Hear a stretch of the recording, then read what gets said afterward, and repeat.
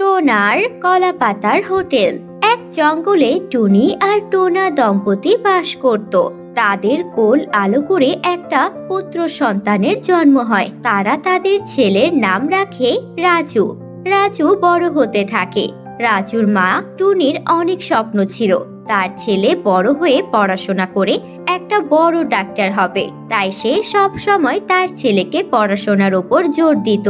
কিন্তু রাজু যতই বড় হতে থাকে ততই ওর রান্না বান্নার প্রতি বেশি আসক্তি চলে আসে। এ কি রাজু, তুই রান্নাঘরে কি করছিস?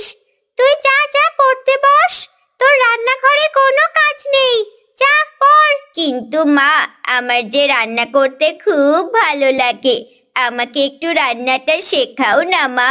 শোনো, ছেলের কথা শোনো, ছেলে নাকি আমার রান্না শিখবে। আরে তুই কি মেয়ে যে তুই রান্না শিখবি? তুই যাবি পড়াশোনা করবি, বড় ডাক্তার হবি। আমার কত দিনের স্বপ্ন আমার ছেলে ডাক্তার হবে। সবাই আমাকে ডাক্তারের মা বলে ডাকবে। আমি জঙ্গলের অন্যান্য পাখিদের দেখিয়ে দেব এই টুনির ছেলে রাজু কত বড় ডাক্তার হয়েছে। ওই তো কাক ভাইয়ের ছেলেটা বিদেশে পড়াশোনা করছে, তার ছেলে কত বড় ডাক্তার। কিন্তু মা, আমার তো ডাক্তারি পড়তে ইচ্ছে করে না, আমি তো রান্না বান্না শিখতে চাই, আমাকে রান্না বান্না শেখাও না। রাজু, এবার কিন্তু মার খাবি। কি টোনা, তুমি তোমার ছেলেকে বোঝাও না কেন? তোমার ছেলে এসব কি বলছে?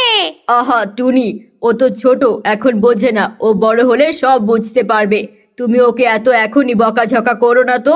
যাও বাবা, তুমি এখন পড়তে বসো, পরে তুমি এসে রান্না শিখো। তুমি এটা কি করলে? তোমার ছেলেকে আমাকে বোঝাতে দিলে না কেন?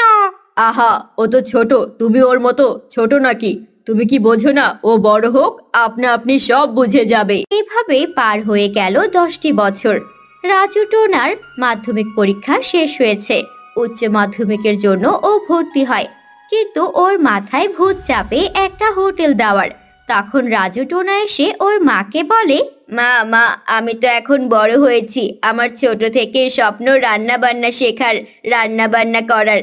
আমি অনেক রান্না পারি, আমি নতুন নতুন রেসিপি বানাবো মা, আমাকে একটা হোটেল দেওয়ার জন্য ব্যবস্থা করে দাও না। তুই এসব কি বলছিস?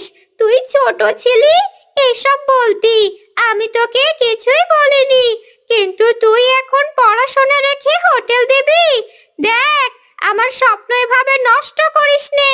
তখনই টোনা আসে আর বলে, দেখো টুনি, তুমি আমার ছেলের ইচ্ছাকে এভাবে নিজের ইচ্ছা চাপিয়ে দিতে পারো না। ওর যা হওয়ার ও তাই হবে। ওর যদি হোটেল দিয়ে ভালো লাগে তাহলে ও হোটেলই দেবে, হবে না ও ডাক্তার। তোমার স্বপ্ন নিয়ে তুমি থাকো, আমার ছেলে যেটা করতে পছন্দ করবে ও সেটাই করবে। আয় বাবা, আমি তোকে হোটেল দিয়ে দেব। আমার কাছে তো অত টাকা নেই, আমি তোকে অত বড় ইট পাথরের হোটেল বানিয়ে দিতে পারবো না, কিন্তু আমি তোকে কলা পাতা দিয়ে সুন্দর করে হোটেল বানিয়ে দেব। কি বলছো বাবা, কলা পাতার হোটেল?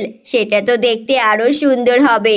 ঠিক আছে বাবা, চলো আমরা কলা পাতা কেটে নিয়ে এসে একটা হোটেল বানাই। তারপর রাজু টোনা আর ওর বাবা দুইজন মিলে একটা কলা পাতার খুব সুন্দর একটা হোটেল বানায়, যেখানে রাজু টোনা ওর নতুন নতুন রেসিপি দিয়ে সুন্দর সুন্দর মজাদার সুস্বাদু সব রান্না করে, যেই খাবারের ঘ্রাণ পুরো জঙ্গলে ছড়িয়ে পড়ে।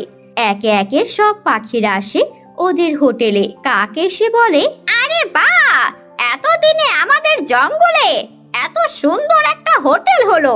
মনেই হচ্ছে না এটা কলা পাতার হোটেল, মনে হচ্ছে বিদেশের কোনো 5 স্টার হোটেলে এসেছি।